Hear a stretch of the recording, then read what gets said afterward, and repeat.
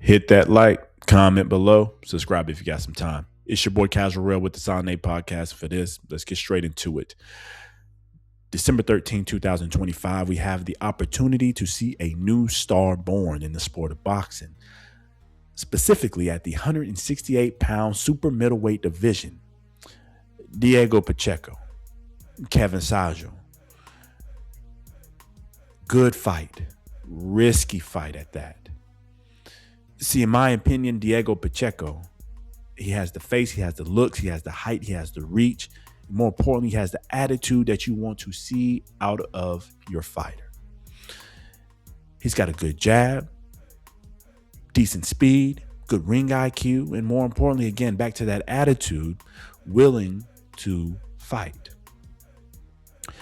I said this one's risky because some may be sitting there thinking that, KEVIN SADJO, who is this guy? The guy from France and born in Cameroon. If you haven't watched the brother, he can fight. And more importantly, he's got good power, athleticism on point. 26 victories, 23 knockouts. See, this is a risky, dangerous fight that could go bad for the likes of Diego Pacheco if he moves the wrong way. He could get clipped, he could get knocked down, and hell, he could get TKO'd or knocked out in this fight. Two young fighters coming together to clash it. Two undefeated fighters coming together to bring us a night of entertaining boxing. Should be celebrated and supported. And more importantly, it's not even on pay-per-view. This is a good scrap that, again, leading to my first comment, could breathe life into a new star. That star, in my opinion, right now is Diego Pacheco. Don't get me wrong, KEVIN SADJO stands a damn good chance to win this scrap. If Diego is successful, and I think he will primarily be successful if he fights calm, cool, and collected.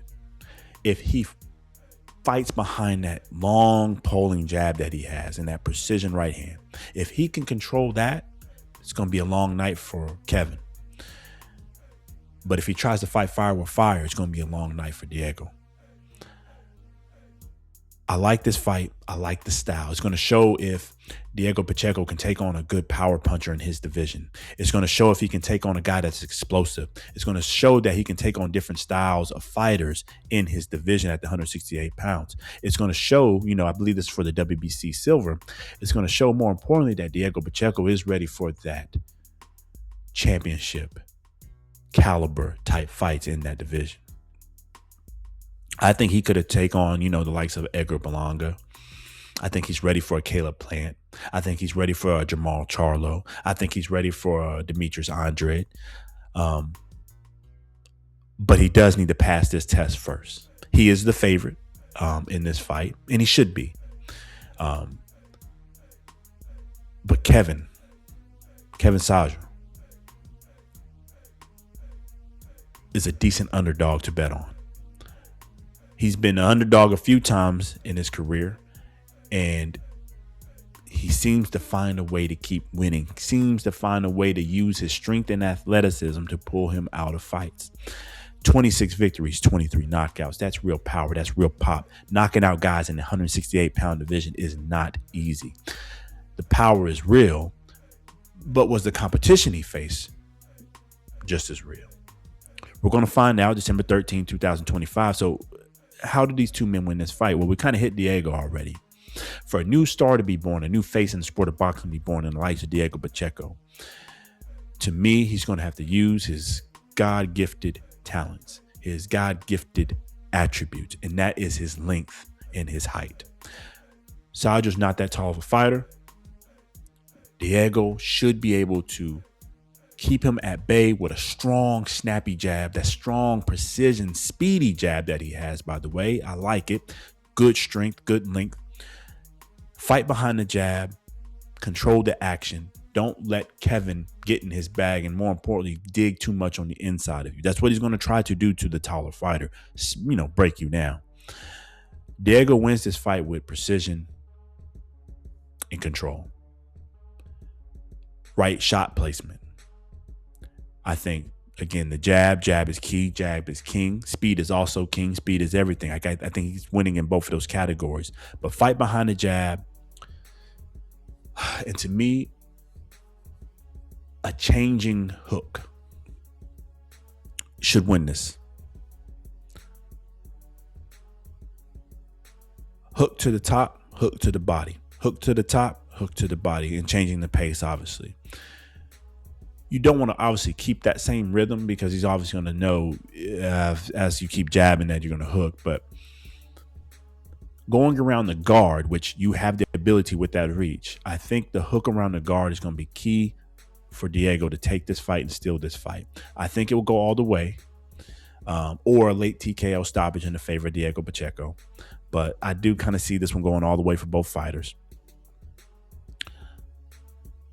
If Diego can, again, control the action with that jab, control the rhythm, and hook around the guard, I think it'll open up things towards the back half of this fight where he can start picking that body apart. I think Kevin's going to stay pretty compact, as a shorter, smaller fighter.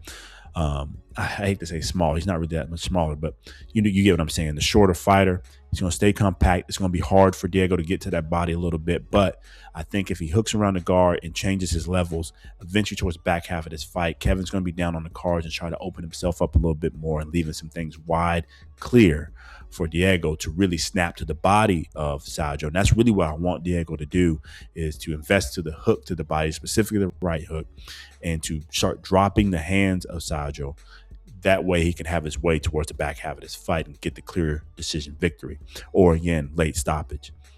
For Sadjo to win this fight, he's going to have to manage his output. I don't think his stamina is that great. Again, a fighter that hasn't seen too many rounds in his career, 26 victories, 23 knockouts. Manage that power, manage it well, but don't get out punched. Don't let Diego win in the category of volume, because he's already going to win in the category of precision, in my opinion. I think Diego is the more precise fighter. I think he has the better jab, like we said earlier. So you want to win at least one of those categories. In that case, it's going to be output, but don't do so much output to the point that you're tired. And that's really where I'm getting at. I want you to control your output, save your power, and save it to get to the inside. You should use feints in this fight. I think Diego is aware of your power. I think he's aware of your strength. He's aware of your athleticism. But if you use the feints on top of that, I believe you'll be able to get on the inside and dig to the left side of the body of Diego Pacheco. This will hopefully begin to slow down Diego, and more importantly, with those feints, make him overthink to the point that where you can land an overhand right. So you can land maybe an uppercut. Especially on a taller fighter, uppercut would be nice. With feints, I believe you'll be able to maneuver and get on the inside of the taller, longer fighter, and also save your energy and power to at least make your shots more effective and mean more in this fight than what it would mean if you're just purely relying on activity.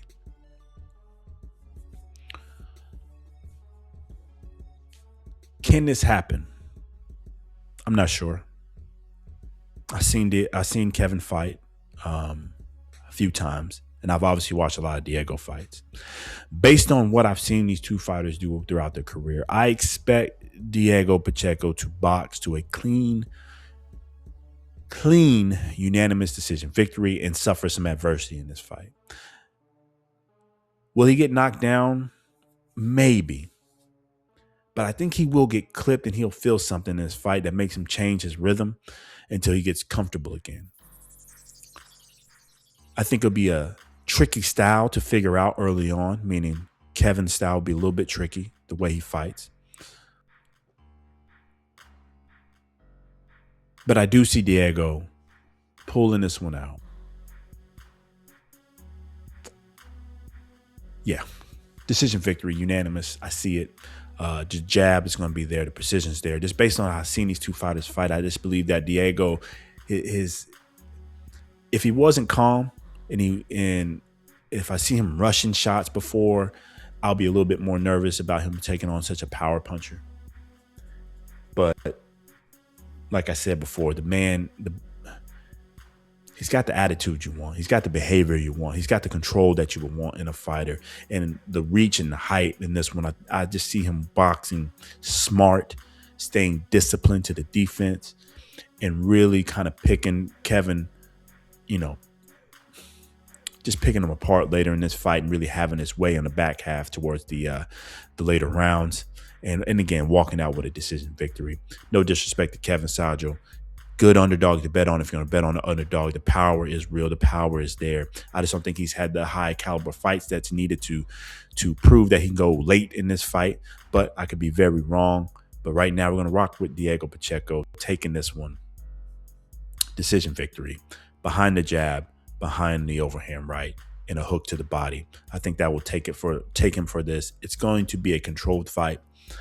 Potential slugfest throughout the middle, but a controlled fight from Diego Pacheco, who understands the task at hand, and then leading to better, bigger fights for him in the 168-pound division, and leading him to grow into that future star in boxing, that future face in boxing at the 168-pound division.